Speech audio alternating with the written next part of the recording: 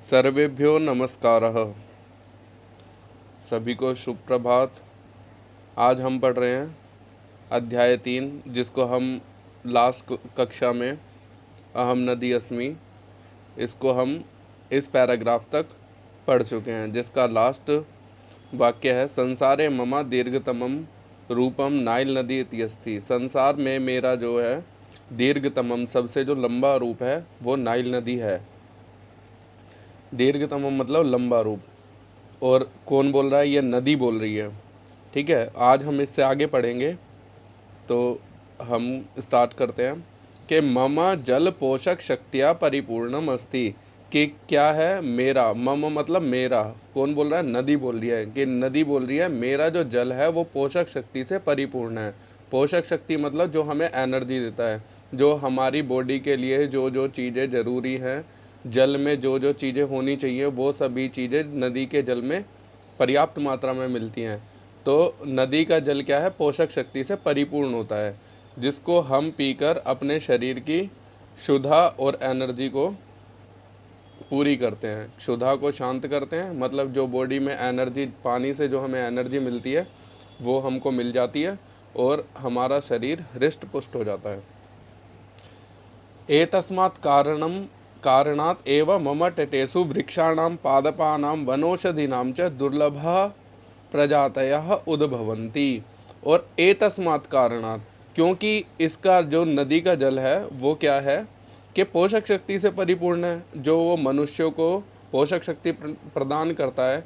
क्योंकि जो पोषक शक्ति है वो जल में है, तो इसी कारण से जब वो पोषक शक्ति जल में है तो जल को जो जो भी ग्रहण करेंगे उन सभी को क्या मिलेगी? पोषक शक्ति मिलेगी। सभी क्या होंगे? हष्ट पुष्ट हो जाएंगे।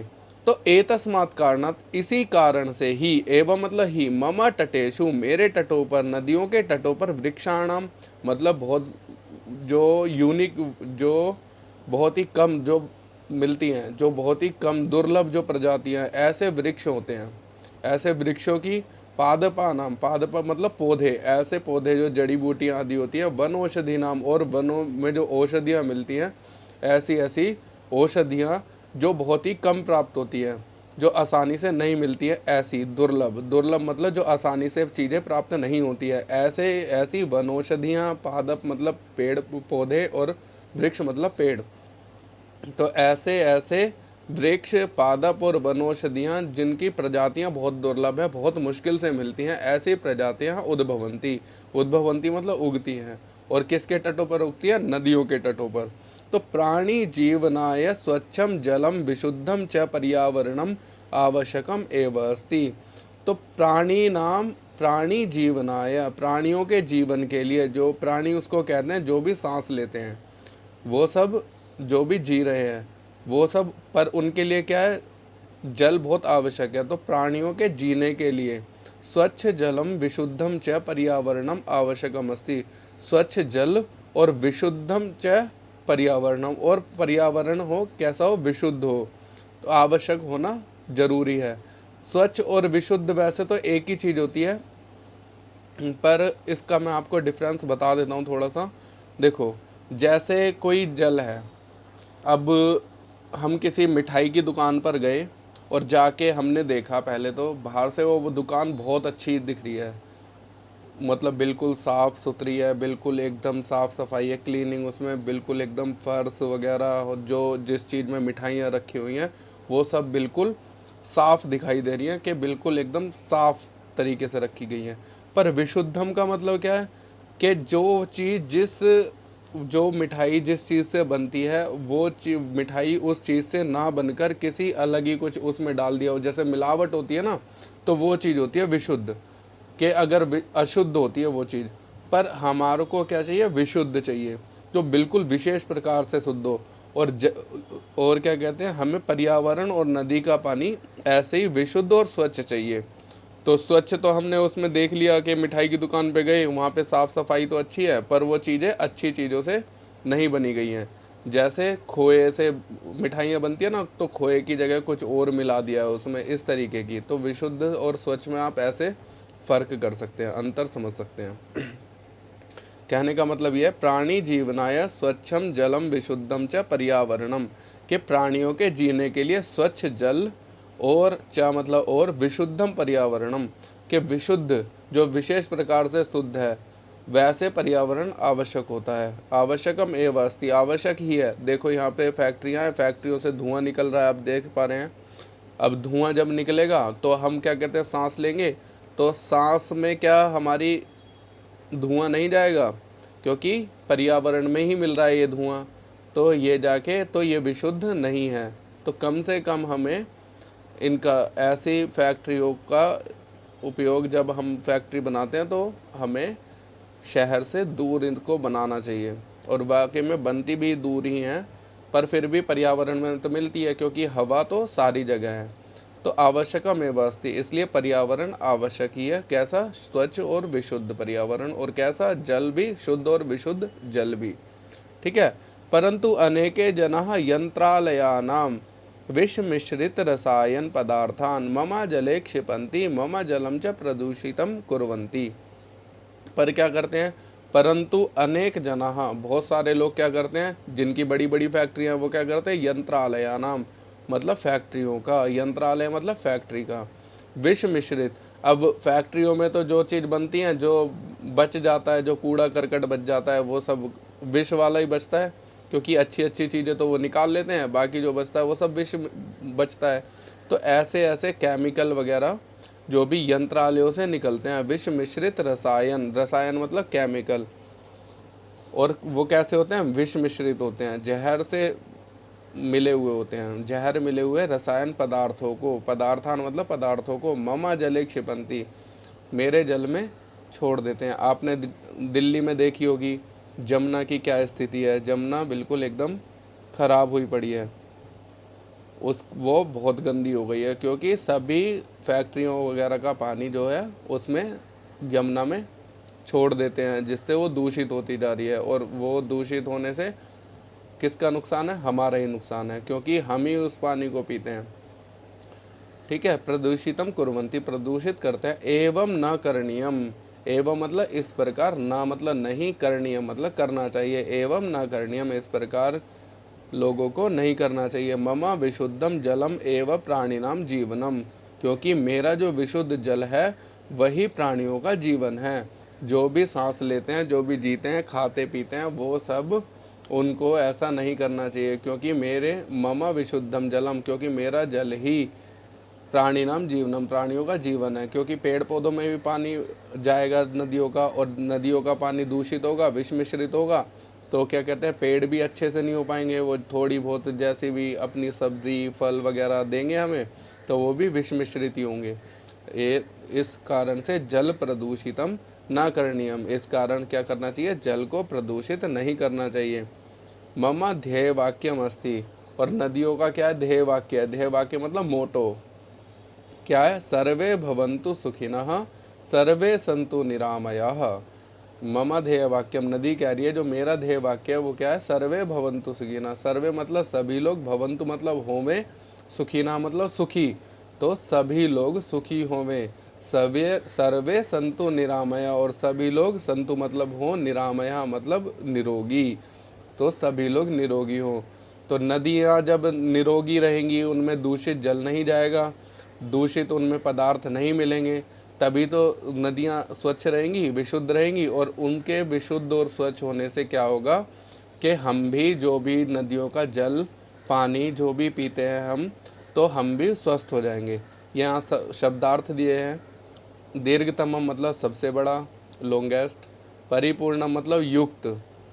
ठीक है। यंत्रालयाना मतलब कारखानों का, फैक्ट्रीज जो होती हैं। विष मिश्रित रसायन पदार्थन, जहरीले रसायन पदार्थों को। ठीक है। आगे हम इसका अभ्यास भी करते हैं। ये देखो अभ्यास, इसमें क्या करना है, हमको अभ्यास कार्य करना है। पाठम पठित्वा वदंतु लिखंतु च आम अथवा नहीं। ये पाठ को पढ़कर लिखना है। पाठ हम पढ़ चुके हैं, तो वदंतु मतलब बोलना है, और लिखंतु च और लिखना है। आम, आम मतलब यस, अथवा नहीं मतलब नो। हमें ये बताना है कि ये वाक्य हमारा सही है अथवा गलत है। तो हम पाठ पढ़ चुके हैं, आप सभी जानते होंगे, तो आप पढ़ते ही आप इस चीज़ को समझ जाएंगे और बता देंगे।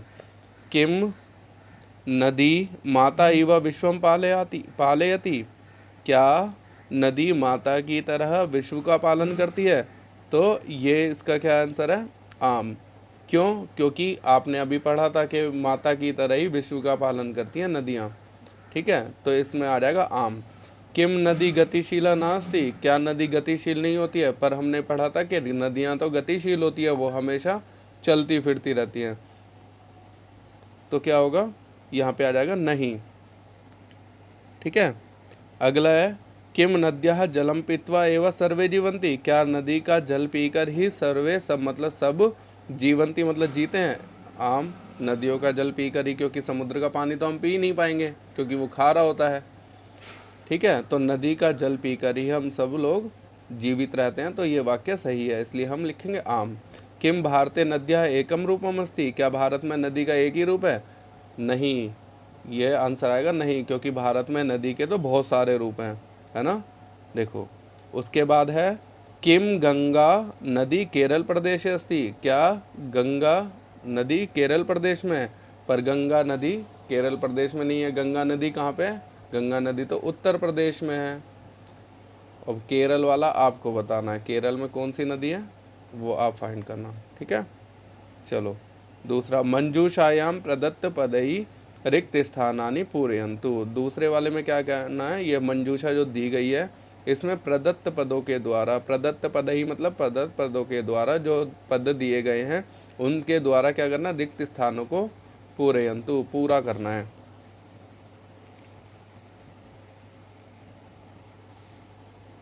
ठीक है, तो रिक्त स्थानों को पूरा करना है। अब हमें फिल इन द ब्लैंक्स भरने हैं। तो पहला हम पढ़ते हैं नदी अस्याह वसुंधरायाः सौंदर्यम। अब यहाँ पे फाइंड करना है हमें, तो यहाँ अस्थि आएगा। अस्थि कहाँ है? ये रहा, कि नदी जो है वो इस पृथ्वी का सौंदर्य है कि नहीं है? है, तो अस्थि। ये देखो, ये लिखा हुआ है अस्थि, तो यहाँ अस्थि फिल कर देंगे। राष्ट्रस्य विकासे नद्याः महती भूमिका भवती, दूसरा नंबर ये है भवती, कि राष्ट्र के विकास में नदी की बहुत बड़ी महती मतलब बहुत ज़्यादा, भूमिका मतलब योगदान होता है। ठीक है, भवती ये लिखा है। सर्वे भवन्तु, सर्वे सुखिनः भवन्तु, सभी कैसे हो? सुखी हो। ये भवन्तु हमें फिल करना। भवन्तु कहाँ है? ये रहा, हमने पढ़ा था ना अभी, इसका वाक्य पढ़ा था हमने। कौन सा वाक्य? ध्येय वाक्य पढ़ा था, सर्वे भवन्तु सुखिनः। तो सर्वे संतु, सर्वे सुखिनः भवन्तु, सभी कैसे हो? सुखी होवे। चौथा है इसका, मुनयः आश्रमाणाम स्थापनाम नदी तटे अकुर्वन। अकुर्वन का ये रहा हमारा, ये फोर्थ में आ जाएगा। ठीक है, अकुर्वन मतलब करते थे। मुनयः मतलब मुनि लोग, आश्रमाणाम स्थापना, आश्रमों की स्थापना कहाँ करते थे? नदी के तट पर। अकुर्वन मतलब करते थे। भारते नद्यः अनेकानि रूपाणि सन्ति, क्योंकि भारत में नदी के अनेक रूप होते हैं। यहाँ नद्यः बहुवचन है, अनेकानि रूपाणि भी बहुवचन है। नदी के, नदी यहाँ एक वचन है, षष्ठी का एक वचन है। अनेकानि रूपाणि, अनेकानि रूपाणि यहाँ पे बहुवचन है, इसलिए यहाँ पे संति का प्रयोग होगा कि बहुत सारे रूप होते हैं। ठीक है, तो यहाँ संति आप लिख देंगे। संति कहाँ है? ये रहा। ठीक है, नेक्स्ट हम करते हैं, ये देखो हमें क्या करना है? ये करना है मंजूषायाम, ये रहा, हमें थर्ड करना है। ये रहा, मंजूषायाम उचितम अर्थम चित्वा लिखन्तु। मंजूषा में क्या करना है? हमें उचित अर्थ को चुनकर लिखना है। तो उचित अर्थ में क्या लिखना है हमें? देखो, अब उचित अर्थ को चुनना है। वसुंधरायः, वसुंधरा किसको कहते हैं? पृथ्वी को कहते हैं या भूमि को कहते हैं? तो भूमि का है, ये रहा फर्स्ट वाला, भूमेः। वसुंधराया मतलब वसुंधरा का, भूमेः मतलब भूमि का, वसुंधरा का। सागरम सेकंड है, सागर किसको कहते हैं? ओशियन को, समुद्र को। तो सागरम समुद्रम, ये रहा दूसरा। ठीक है, ये वाला हम यहाँ फिल कर देंगे। तीसरा तटे, तट मतलब होता है किनारा, तो तटे और तीरे, तो तीरे और तटे दोनों सेम वर्ड है, तो यहाँ तीरे आ जाएगा। ठीक है, ये रहा तीरे। फोर्थ है हमारा प्रसिद्ध, प्रसिद्धा, प्रसिद्धा मतलब विख्याता, फेमस। ठीक है, विख्याता कहाँ है, ये रहा विख्याता, तो हम ये फिल कर देंगे यहाँ पर। नेक्स्ट है हमारा 5, विश्वे संसारे। विश्व मतलब संसार में, विश्व में और संसार में दोनों सेम है। ठीक है, अब हम नेक्स्ट देखते हैं। एतेषां प्रश्नानाम उत्तराणि एक पदेन वदन्तु लिखन्तु च। एतेषाम इन प्रश्नों का क्या करना है, उत्तरों को एक पद में, वदन्तु मतलब बोलना है और लिखन्तु मतलब लिखना है, आपको बताना है और लिखना है। ठीक है, तो फर्स्ट करते हैं इसका, कस्याः साम्राज्यम संपूर्णे विश्वे अस्ति। तो किसका साम्राज्य संपूर्ण विश्व में होता है, नद्याः। अभी हमने पढ़ा था ना कि पूरे विश्व में किसका साम्राज्य फैला हुआ है, नदियों का, क्योंकि नदी हर प्रदेश, हर राज्य, हर कंट्री, हर सिटी में है। ठीक है, हर सिटी में तो नहीं कहेंगे, पर मतलब लगभग पानी तो हर ही जगह है, तो नदियों का साम्राज्य, और नदियों का पानी हम पीते हैं, तो नदियाँ क्या हैं, सब जगह है। तो संपूर्ण विश्व में किसका साम्राज्य है, नदियों का। कुत्र महानगराणाम विकासः भवति। कहाँ पे महानगरों का विकास होता है, तो नदी तटेषु, नदियों के तटों पर किसका विकास होता है, महानगरों का विकास होता है, क्योंकि महानगर वहीं पे बसते हैं जहाँ पे नदी होती है। अब दिल्ली देख लो, दिल्ली कहाँ पे बसा हुआ है, नदी के इसके जमुना नदी के तट पर, क्योंकि नदियों के जल की आवश्यकता हर किसी को होती है। घर बनाएंगे तो भी नदियों का जल लगेगा, कुछ भी हम काम करते हैं तो नदियों का जल लगना नॉर्मल बात है।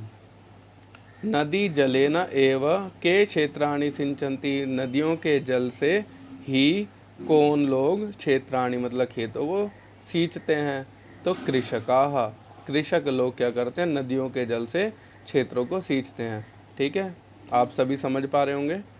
ठीक है, 4th, नद्यः विशालतमं रूपम किम। नदी का विशालतमम रूपम क्या है, अमेजन नदी, क्योंकि अमेजन नदी क्या है, सबसे बड़ी नदी है। सबसे बड़ी नदी कौन सी है, अमेजन नदी। और भारत की सबसे बड़ी नदी कौन सी है, ब्रह्मपुत्र नदी। ठीक है, हमने ऊपर पढ़ा था, आपने सबने ध्यान से सुना होगा, तो आप सभी को पता होगा।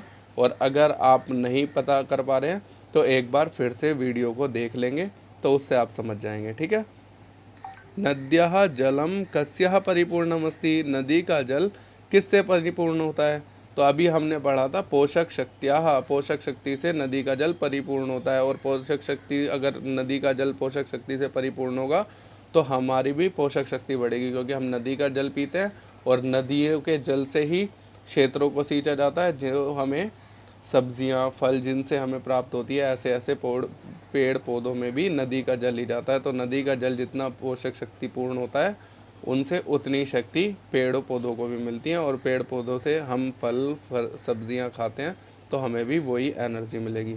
अब ये हमें क्या करना है, पूर्ण वाक्य में उत्तर देना है। ठीक है, एतेषां प्रश्नानाम उत्तराणि पूर्ण वाक्य में वदन्तु लिखन्तु च। इन प्रश्नों के उत्तर पूर्ण वाक्य में, वदन्तु मतलब बोलने हैं, और लिखन्तु च लिखने भी हैं। तो देखते हैं हम पहला, पंजाब देशे कह पंचधारा नद्यां मिलन्ति। पंजाब देश में कौन सी 5 धाराएं नदी में मिलती हैं, तो देखते हैं हम। पंजाब प्रदेशे, पंजाब प्रदेश में झेलम, चनाब नदी, रावी, व्यास, सतलुज इति पंचधारा नद्यां मिलन्ति। पंचधारा नदी में मिलती है, तो कौन सी नदी में मिलती है, सिंधु नदी में मिलती है। हमने पीछे पढ़ा था, आपने ढंग से पढ़ा होगा, आपको सबको पता होगा। ये फिर भी हम एक बार बता रहे हैं कि क्या है, पंजाब प्रदेश में सिंधु नदी बहती है, और ये 5 धाराएं उस सिंधु नदी में मिल जाती हैं। तो झेलम, चनाब, रावी, व्यास, सतलुज इति पंचधारा नद्यां मिलन्ति। ये हमारे फर्स्ट का आंसर है। सेकंड का है, स्वामी श्रद्धानंद महोदयेन नद्याः तटे किम स्थापितम। स्वामी श्रद्धानंद महोदय ने नदी के तट पर क्या स्थापित किया था, तो यहाँ पे है स्वामी श्रद्धानंद महोदय ने। स्वामी श्रद्धानंद महोदय ने या महोदय के द्वारा नद्याः तटे, नदी के तट पर गुरुकुल कांगड़ी विश्वविद्यालय है स्थापित। गुरुकुल कांगड़ी विश्वविद्यालय को क्या किया था, स्थापित किया था। ठीक है, अब हम थर्ड देखते हैं, जनाः नद्याः जले किम क्षिपन्ति। अब हमने पाठ में पढ़ा था कि नदियाँ तो हमें स्वच्छ जल वगैरह देती हैं, और हम क्या करते हैं, उसमें कूड़ा करकट फेंक देते हैं। तो हमें क्या करना चाहिए, जब हमें वहाँ से स्वच्छ जल की आवश्यकता है तो हमें नदियों को भी स्वच्छ रखना चाहिए। इससे हमें यही तो पता चलता है कि हम नदियों को स्वच्छ रखेंगे तो वो हमें स्वच्छ चीज़ देंगी, क्योंकि नदियों में तो हम जो चीज़ डालेंगे वो चीज़ हमें वापस मिलेगी, क्योंकि उनका पानी तो हमें ही पीना होता है। तो जनः क्या करते हैं, जनः नद्याः जले, नदी के जल में क्या करते हैं, यंत्रालयानां विष मिश्रित रसायन पदार्थान क्षिपन्ति। यंत्रालयों का, जो फैक्ट्रियों का, कारखानों का विष मिश्रित जो रसायन पदार्थ है उनको क्या करते हैं, फेंक देते हैं, डाल देते हैं। फोर्थ देखते हैं इसका, नद्यः तटेषु केषां दुर्लभः प्रजातयः उद्भवन्ति।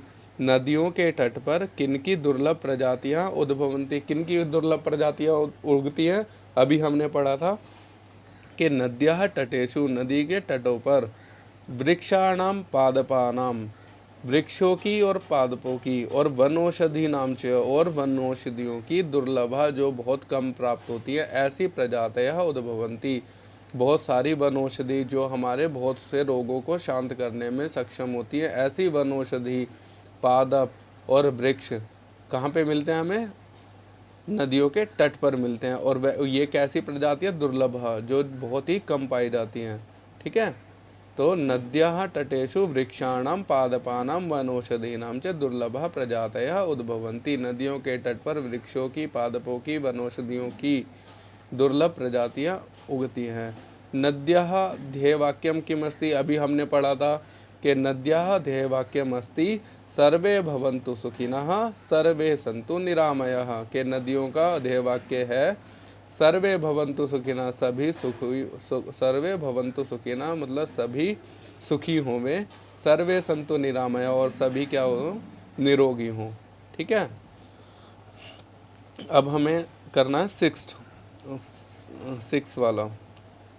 ठीक है, इसमें क्या करना है, हमें स्थूल पदम आधृत्य प्रश्न निर्माणम कुर्वन्तु। स्थूल पद को लेना है, स्थूल मतलब मोटे मोटे पदों का हमें चुनना है और उनमें प्रश्न निर्माण करना है। तो गति एव मम स्वभाव मम संदेश च। गति क्या है, गति ही मेरा स्वभाव है और संदेश है। गति किसका स्वभाव है, नदियों का स्वभाव है। तो यहाँ पे हमें प्रश्न निर्माण करना है। तो पहले तो हमें प्रश्न निर्माण करना, तो गति है स्त्रीलिंग एक वचन में है, तो यहाँ पे प्रश्न में हमें क्या करना है, किम शब्द से हम प्रश्न निर्माण करते हैं। WH फैमिली के जो वर्ड होते हैं इंग्लिश में, ऐसे ही संस्कृत में भी कुछ वर्ड होते हैं जो प्रश्न निर्माण में सहायक होते हैं। जैसे किसी स्थानवाची शब्द को जब हमें पूछना होता है तो हम कुत्र का प्रयोग करते हैं, ऐसे ही इसमें किम, कह, कुत्र, किमर्थम, इस तरीके, कथम, इस तरीके के शब्दों का हम प्रयोग करते हैं। ठीक है, तो यहाँ पे हम किम शब्द के रूप का प्रयोग करेंगे जो स्त्रीलिंग में, क्योंकि गति शब्द यहाँ स्त्रीलिंग में, तो हम का प्रयोग करेंगे। और गति शब्द प्रथम पुरुष के एक वचन में है, प्रथम पुरुष के नहीं, प्रथमा विभक्ति के एक वचन में, इसलिए ही हम क्या करेंगे, किम शब्द का जो प्रथमा विभक्ति का एक वचन है उस वचन को यहाँ रख देंगे, बाकी हमारा प्रश्न निर्माण हो जाएगा। का एव मम स्वभाव मम संदेश च अस्ति। क्या मेरा स्वभाव और मेरा संदेश है। तो क्या संदेश है, उस क्या किस चीज़ से हमें नदी का पता चलता है, तो गति से पता चलता है, क्योंकि जब वो गति करती है तो वो आवाज़ भी करती है। तो का आंसर हम गति ही करेंगे, और हमें प्रश्न निर्माण करना होगा तो गति के स्थान पे का यूज़ कर देंगे, तो हमारा प्रश्न बन जाएगा। और जब हम का से पूछेंगे, अब हम प्रश्न कर रहे हैं कि का एव मम स्वभाव मम संदेशा च अस्ति, कि क्या मेरा स्वभाव और संदेश है, तो हम इसका आंसर देंगे गति एव मम स्वभाव मम संदेशा च। गति ही मेरा स्वभाव है और संदेश भी है। सेकंड करेंगे, राष्ट्र से विकासे मम महती भूमिका भवती। तो यहाँ पे षष्ठी विभक्ति का एक वचन है और पुल्लिंग में है। ठीक है, तो हम यहाँ पे किम शब्द का जो पुल्लिंग का षष्ठी विभक्ति का एक वचन है उसको इसके स्थान पे रख देंगे, क्योंकि स्थूल पदों में हमें प्रश्न निर्माण करना है ना, और जो मेन फेमस चीज़ होती है उससे हम प्रश्न निर्माण करते हैं। तो राष्ट्रस्य विकासे मम महती भूमिका भवती। तो कस्य विकासे मम महती भूमिका भवती, किसके विकास में मेरी बहुत बड़ी भूमिका होती है। तो कस्य विकासे होती है, राष्ट्रस्य विकासे, राष्ट्र के विकास में होती है। ठीक है, उसके बाद है मम तटेषु ऋषयः तपस्याम कुर्वन्ति। मम तटेषु, मेरे तटों पर ऋषयः, ऋषि लोग तपस्या करते हैं। तो मम तटेषु के, अब यहाँ पे ऋषयः जो है प्रथमा विभक्ति का बहुवचन है पुल्लिंग का। ठीक है, ऋषि ऋषि ऋषयः। तो यहाँ पे हम किम शब्द का प्रयोग करेंगे। किम कह कऊ के, पुल्लिंग में क्या बनता है, कह कऊ के। तो ऋषयः प्रथमा विभक्ति का बहुवचन है, तो हम किम शब्द का जो पुल्लिंग का प्रथमा विभक्ति का बहुवचन है उसका प्रयोग हम कर देंगे। तो ऋषयः के मतलब कौन लोग तपस्या करते हैं। तो मम तटेषु ऋषयः तपस्याम कुर्वन्ति, मेरे तट पर ऋषि लोग तपस्या करते हैं। तो यहाँ पे ऋषयः की जगह के कर देंगे हम, तो हमारा प्रश्न निर्माण हो जाएगा। उसके बाद हमें क्या करना है, अगला, प्राणी जीवनाय विशुद्धम पर्यावरणम आवश्यकम अस्ति। प्राणियों के जीने के लिए विशुद्ध पर्यावरण की आवश्यकता होती है। तो यहाँ पे हमारा ये चतुर्थी विभक्ति का एक वचन है, ठीक है। तो यहाँ पर हम जब प्रश्न निर्माण करेंगे तो हम कैसे करेंगे, या तो हम कस्मई लगा सकते हैं। कस्मई का मतलब होता है किस लिए, कस्मई मतलब किस लिए, और किमर्थम का मतलब भी होता है किस लिए। तो हम यहाँ कस्मई भी कर सकते हैं यूज़, या किमर्थम भी यूज़ कर सकते हैं कि किसके लिए, दोनों का अर्थ किसके लिए ही है। कस्मई किसके लिए, किमर्थम भी किसके लिए, विशुद्ध पर्यावरण की आवश्यकता होती है। तो किसके लिए होती है, प्राणी जीवनाय। तो हम जब क्वेश्चन करते हैं कि कस्मई या किमर्थम विशुद्धम पर्यावरणम आवश्यकम अस्ति, कि किसके लिए विशुद्ध पर्यावरण आवश्यक होता है, तो किसके लिए होता है, प्राणी जीवनाय, प्राणियों के जीवन के लिए, ठीक है। फिर हमारा नेक्स्ट है या लास्ट ही है, नद्यः जलम दूषितम न करणीयम। नदियों का जल दूषित नहीं करना चाहिए। तो हम इसमें अगर हम हिंदी में सेंटेंस बनाए तो किसका जल हमें दूषित नहीं करना चाहिए, तो किसके लिए हम क्या करेंगे, यह नदी शब्द स्त्रीलिंग है तो हमें क्या करना पड़ेगा, किम शब्द का जो स्त्रीलिंग का है, और यहाँ पे षष्ठी विभक्ति एक वचन है तो हमें किम शब्द की भी स्त्रीलिंग में षष्ठी विभक्ति का एक वचन ढूंढ के यहाँ पे लिख देना है। तो कस्यः बनता है, कस्यः जलम प्रदूषितम न करणीयम, किसका जल प्रदूषित नहीं करना चाहिए। तो अब हमने क्वेश्चन करा तो आप क्या आंसर देंगे, नद्यः जलम प्रदूषितम न करणीयम। ये हमारा तृतीय पाठ का अभ्यास हो गया जिसका नाम है अहम नदी अस्मि। सर्वेभ्यो नमस्कारः। आपको समझ में नहीं आए तो एक बार फिर से इस वीडियो को देख लीजिएगा। फिर से एक बार सर्वेभ्यो नमः।